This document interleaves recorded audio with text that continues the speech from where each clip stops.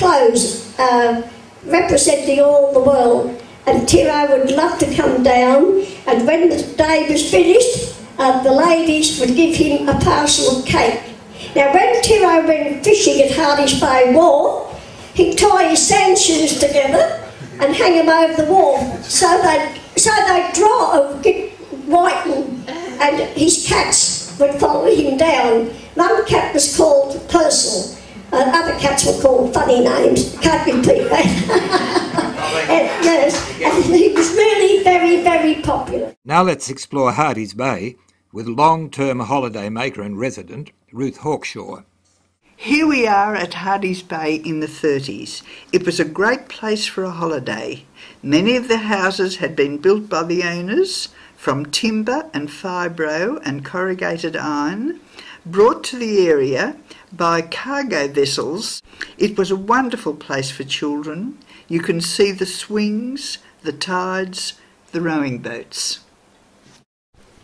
This is the baths beside the Hardy's Bay Wharf and in front of Knox General Store. I learnt to swim in those baths, at high tide of course. The water was clean and many crabs scuttled back and forth on the shoreline at low tide, mainly soldier crabs. They walked sideways.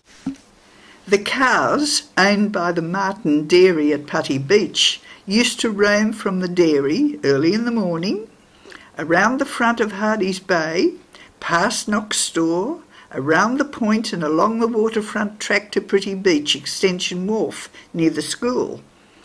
Then home again via Heath Road and up the hill next to Clucas's Shoalhaven, across the hill behind the present RSL Club, and thence back to the dairy at Putty Beach for milking, eating grass all the way. The Hardy's Bay General Store, owned by Mr. Knock and his wife Bella. It was a general meeting place each morning after the Woy Woy ferry had delivered passengers, goods, and most importantly, the mail. The only public phone was situated on the veranda of the store.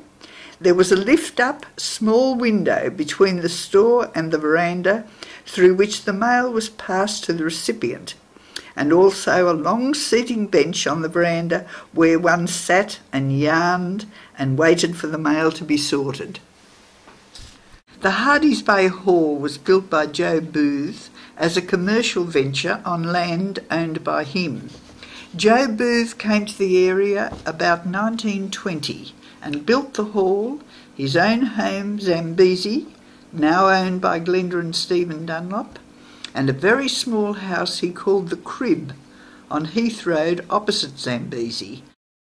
Public dances were held every Saturday night during the holiday season and holiday weekends, and sometimes on Sunday nights, commencing at midnight on Saturdays. A gentleman called Bert played the piano for the dancing and announced the dances. Bert sat with his back to the dancers. He would look around and say, "Barn dance, plain ordinary," or foxtrot, with his back to the dancers.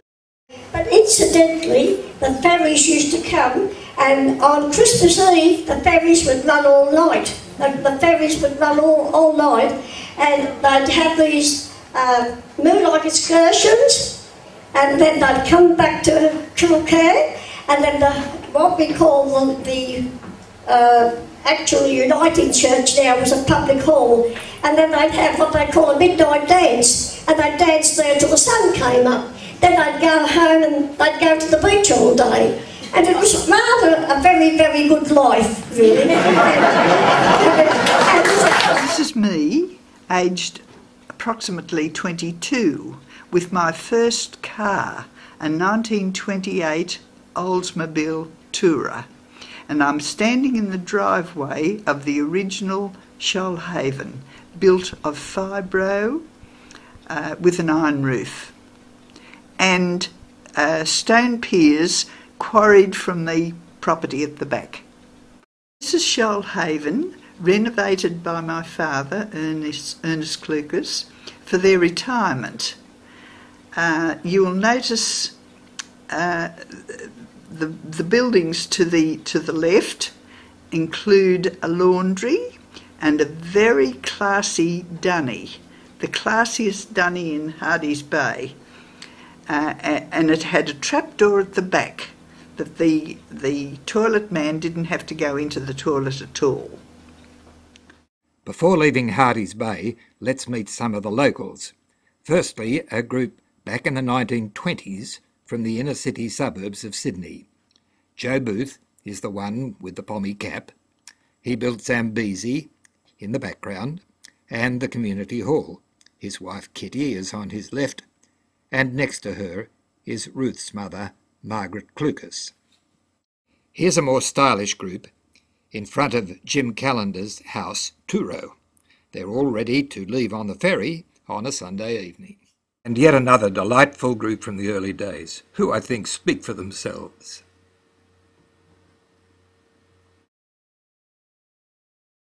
Pretty Beach was a growing holiday resort early in the century. It was reached by launch, not by road. There was no road around the bay at that time, just grassy tracks. Lucas General Provider is the title of this 1910 Broadhurst postcard. The colouring leaves something to be desired, but it reminds us that it was not a black and white world, but a colourful one, just as it is today. In 1925, the store, where the present tennis courts are located, had been rebuilt, and on the opposite corner was the local bakery. Bill Dodd and his two daughters, Helen and Colleen, provided us with vivid images of holiday times in Pretty Beach. Bill, currently aged 92, lives by himself in his elevated cottage, Gumleaf, which he built back in the 1950s. The family bought a block in Highview Road, and there they camped. They would bring all their gear up from Sydney on the coastal ship Erina. Bill's mum would spend most of her holidays cooking between two big rocks. They had no power, no running water, kerosene lamps, pit toilets, and they bathed in a natural spring nearby. Lobster Beach figured prominently in the lives of the Dodd family. The kids played happily in the hills nearby. It was at Lobster Beach one day, when Bill was fishing at Brim Rock, that a beautiful young woman came walking around the rock. And so began a lifelong love story featuring Bill Dodd and Beryl Beattie. Lobster Beach had a number of shacks owned by holidaymakers. This one belonged to Harry and Gay Phillips, with its concrete floor and extension for Grandma. It was bought in a pub for £50. Overflow accommodation was in a tent, with convenient access to the dunny. Night time was a great time for sitting around campfires, having a drink and swapping yarns. No TV needed in those days. Bill was interviewed but found it hard at 92 to give a full account of the past. However, he remembered this occasion very well. Well, I caught him. He nearly buggered me up.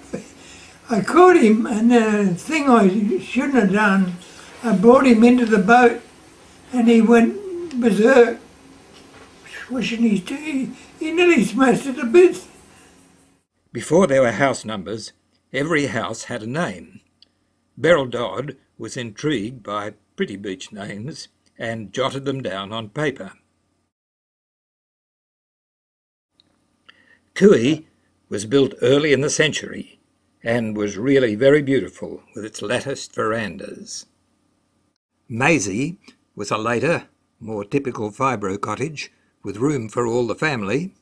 By this time, cars could make it to Pretty Beach along the rough scenic road from Gosford. Weona is one of the few remaining heritage houses in our area. Here it is as it was first built, with its open verandas.